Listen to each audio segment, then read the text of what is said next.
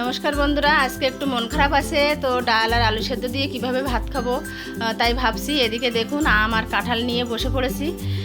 তো এবার আলু সেদ্ধ দিয়ে ডালটা দিয়ে আমি ভাতটা আগে খেয়ে নেব, নিয়ে তারপরে পাতে একটু কাঁঠাল তুলে নেব। তো দেখুন পাতে কাঁঠাল তুলে নিলাম আর আম নেব।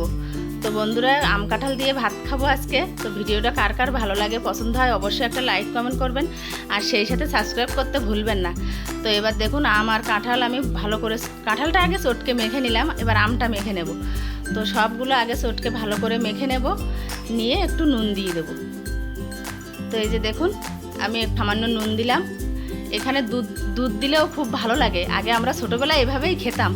তো এবার ভাতটা মেখে নেব পুরোটা, নিয়ে এবার গপ গপ করে মুখে পুরে দেব। তো এভাবে আমার কাঁঠাল দিয়ে ভাত মেখে খেতে আমার তো খুব ভালো লাগে। তো আপনারাও একদিন খেয়ে দেখতে পারেন কেমন লাগে, অসাধারণ টেস্ট।